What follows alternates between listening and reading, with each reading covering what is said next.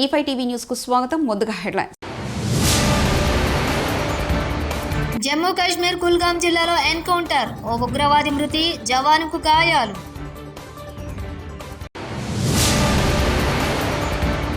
నా కుమారుడు రాజారెడ్డి రాజకీయాలకి వస్తాడు, వైఎస్ షర్మిల.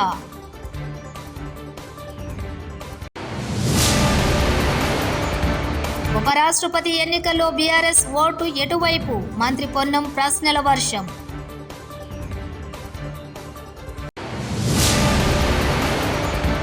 మూసీ సుందరీకరణ మీద విడతల వారీగా దోపిడీ చేస్తున్నారు కేటీఆర్.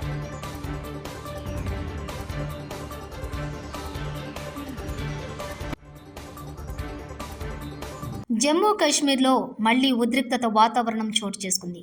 సోమవారం కుల్గాం జిల్లాలో భద్రతా బలగాలు ఉగ్రవాదులకు మధ్య ఉదయం నుంచి ఎన్కౌంటర్ కొనసాగుతోంది.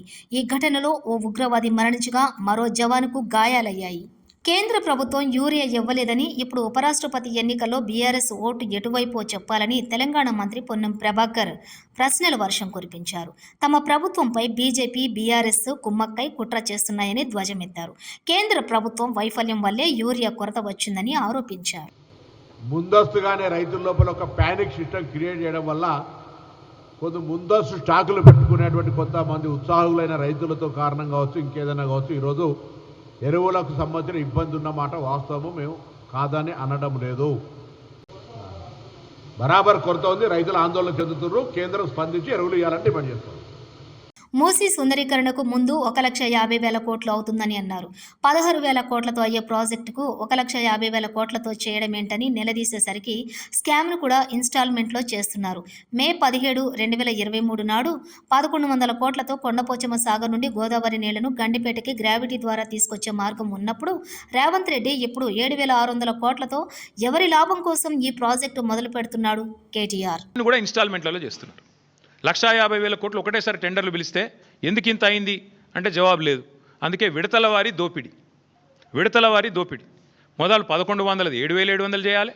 ఆ తర్వాత ఇంకోటి 5 రూపాయలు ఉన్నదాన్ని 40 రూపాయలు చేయాలి. పెంచుకుంటూ ఆఖరికి మొత్తం స్కామ్ మళ్ళీ 1,50,000 కోట్ల కాడికి తేవాలి. ఇది వీళ్ళ ఎత్తుగడ. నేను మళ్ళీ చెప్తా ఉన్నా, మే 17, 2023 నాడు 1,100 కోట్లతో కొండపోచమ్మ సాగర్ నుంచి గోదావరి నీళ్ళని తీసుకొచ్చి బ్రహ్మాండంగా రావల్కోల్ చెరువులో పోసి రావల్కోల్ చెరువు నుంచి గండిపేటకు నీళ్ళు తీసుకొచ్చే మార్గం గ్రావిటీ ద్వారా ఉంటే ఇవాళ మీరు 3 WTPలు ఎందుకు కడుతున్నారు? 5 పంప్ హౌజ్లు ఎందుకు పెడుతున్నారు? ఎవరి లాభం కోసం పెడుతున్నారు అని ముఖ్యమంత్రి గారు నేను అడుగుతా ఉన్నా. ఇవాళ ఎట్లా పెరిగింది? కమిషన్లు దండుకోవడానికా, మొబిలైజేషన్ అడ్వాన్సులు ఇవ్వడానికా, కాంట్రాక్టర్లకు దోచిపెట్టడానికా? ఎందుకు తక్కువ ఖర్చుతో అయ్యేదాన్ని పక్కకు పెట్టి ఎక్కువ ఖర్చుతో చేస్తున్నారు? ఒక దిక్కు మీరే చెప్తున్నారు. ఆంధ్రప్రదేశ్ కాంగ్రెస్ కమిటీ అధ్యక్షురాలు వైఎస్ షర్మిల ఇవాళ ఒక కొత్త విషయాన్ని బయటపెట్టారు. అవసరమైనప్పుడు తన కుమారుడు రాజారెడ్డి రాజకీయాల్లోకి వస్తాడని తేల్చేశారు. కర్నూలు ఉల్లి మార్కెట్ సందర్శించిన సందర్భంలో షర్మిల ఈ వ్యాఖ్యలు చేశారు. క్వింటా ఉల్లి 600 ధర కూడా పలకడం లేదన్న షర్మిల గత సంవత్సరం క్వింటా ఉల్లి 4,500 ఉందని చెప్పారు. మార్క్ఫెడ్ ద్వారా 1,200 రూపాయలకు కొనుగోలు చేస్తున్నామని ప్రభుత్వం చెప్తోందని, అయితే రైతులు 600కే ఎందుకు అమ్ముతున్నారు? మరి వాళ్ళు ఎందుకు రాలేదు? వాళ్ళైనా కనీసం 1,200కి ఎందుకు కొనటం లేదు? పోనీ మీరిచ్చిన 1,200 గ్యారంటీకి మీరైనా ఇంతవరకు ఒక్కరికైనా ఒక్క అకౌంట్లో అయినా డబ్బులు ఎందుకు వేయలేదు? ఇక్కడ పండించిన రైతులందరూ 600కే అమ్ముకోవాల్సిన అవసరం ఎందుకు వస్తుంది? చంద్రబాబు గారు సమాధానం చెప్పాలి.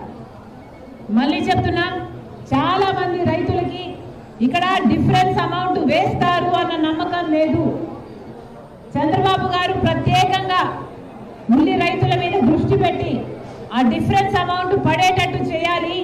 ఎందుకంటే ఇంతవరకు కూడా ఒక్క రైతు అకౌంట్లో కూడా ఆ 1,200 మొత్తము 1,200 ఎంతైతే చంద్రబాబు గారు చెప్తున్నారు మద్దతు ధర ఇస్తామని, 1,200 ఏ ఒక్క రైతుకి ఇవ్వలేదు. నిన్న కూడా ఇక్కడ చాలా స్టాక్ ఉందని చెప్తున్నారు. ఆ స్టాక్ నంతా దాచేశారని చెప్తున్నారు. ఆ స్టాక్ ఉన్నంత కాలం మేము ఎట్లా కొంటామని ఈ రైతుని సతాయిస్తున్నారని చెప్తున్నారు.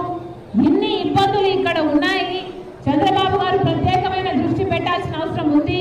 కాబట్టి చంద్రబాబు గారు, కాంగ్రెస్ పార్టీ డిమాండ్ చేస్తుంది, ఈ రైతులందరికీ కూడా ఏదైతే అసలు 1,200 సరిపోదని చాలా మంది రైతులు చెప్తున్నారు. కనీసం 2,000, 2,500 మద్దతు ధర ఉండాలి. లేకపోతే ఉల్లి పండించిన రైతులకి అసలు గిట్టుబాటు కానే కాదు అని చెప్తున్నారు. కాంగ్రెస్ పార్టీ ఇవన్నీ సమస్యలన్నీ విన్న తర్వాత చంద్రబాబు గారిని కూటమి ప్రభుత్వాన్ని డిమాండ్ చేస్తుంది. అసలు మద్దతు ధరను కూడా పెంచాల్సిన అవసరం ఉంది. ఉల్లికి మద్దతు ధర కనీసం 2,400 రూపాయలైనా ఉండాలి అని కాంగ్రెస్ పార్టీ డిమాండ్ చేస్తుంది. అమీర్పేటలోని హెచ్ఎండిఏ కార్యాలయం ముందు ఆందోళన చేస్తున్న RRR భూ బాధితులను అరెస్ట్ చేస్తున్న పోలీసులు.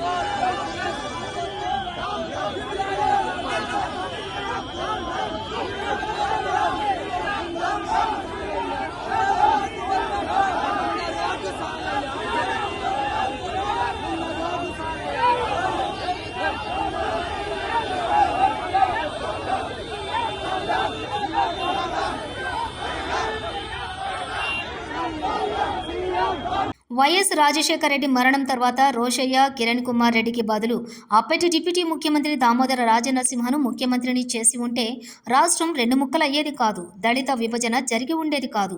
మాలా మాదిగలు విడిపోయేవారు కాదు. ఎస్సీలు కలిసి ఉండేవాళ్ళు.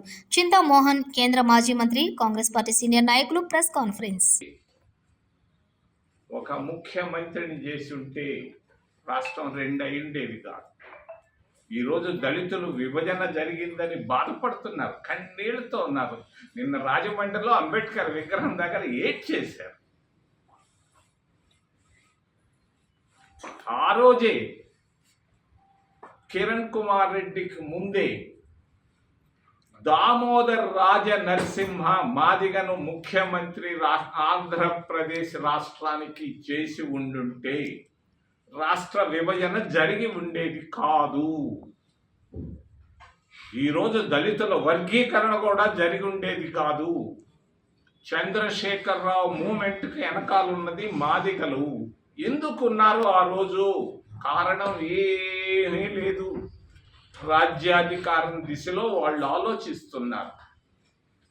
మరి అందుకే వాళ్ళ రాజనరసింహను ముఖ్యమంత్రి ఆ రోజు చేసుంటే మనందరం కలిసి ఉండేవాళ్ళం. నానక్పుర సంపద హైదరాబాదులో ఉన్నటువంటి పరిస్థితులు మనకుండే. ఈరోజు మనం 2 అయ్యుండేవాళ్ళం కాదు.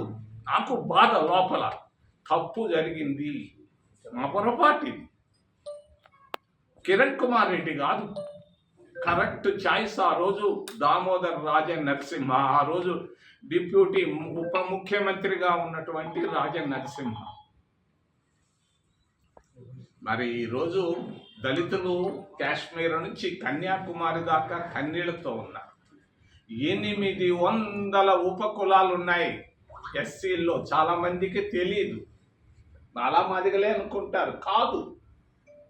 మరి ఉత్తరప్రదేశ్ రాష్ట్రంలోనే 87 ఉపకులాలు ఉన్నాయి ఎస్సీల్లో.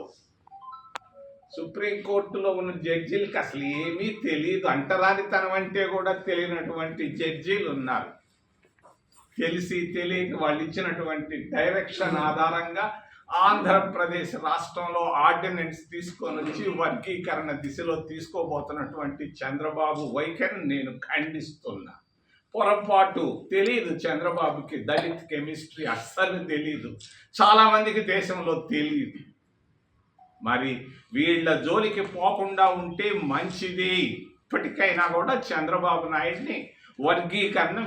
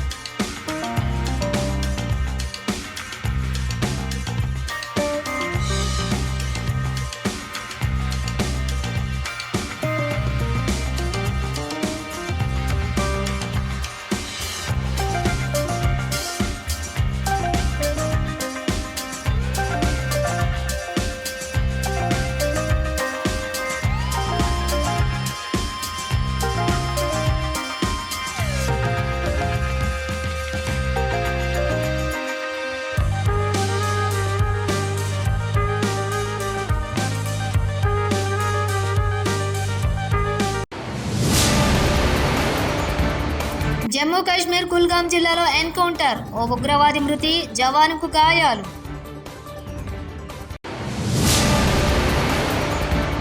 నా కుమారుడు రాజారెడ్డి రాజకీయాలకి వస్తాడు, వైఎస్ షర్మిల.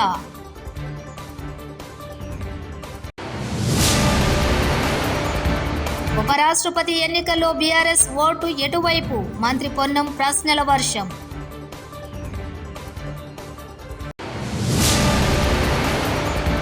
మూసీ సుందరీకరణ మీద విడతల వారీగా దోపిడీ చేస్తున్నారు కేటీఆర్.